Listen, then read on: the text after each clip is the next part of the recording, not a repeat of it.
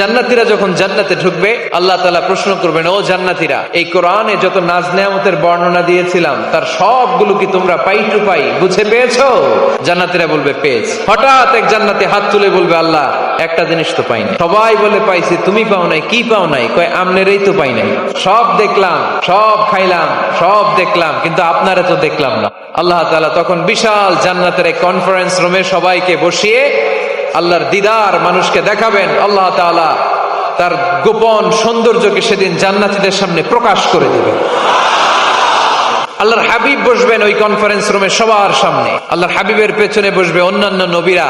ওই জান্নাতের কনফারেন্স রুমে আমরাও যেন বসার জায়গায় পাই, আল্লাহ তুমি তৌফিক দিয়ে দিও। আল্লাহ তাআলা অনেকগুলো নূরের পর্দার পেছন থেকে নূরের ঝলকানি মারবে। আল্লাহ তাআলা সৌন্দর্যের বা নূরের ঝলকানির এক আলোকচ্ছটা জান্নাতীদের সামনে তুলে ধরবেন এক মুহূর্তের জন্য। কয় মুহূর্ত? আলোকচ্ছটা দিয়েই আবার নাই, আবার সরায় ফেলবেন। ওই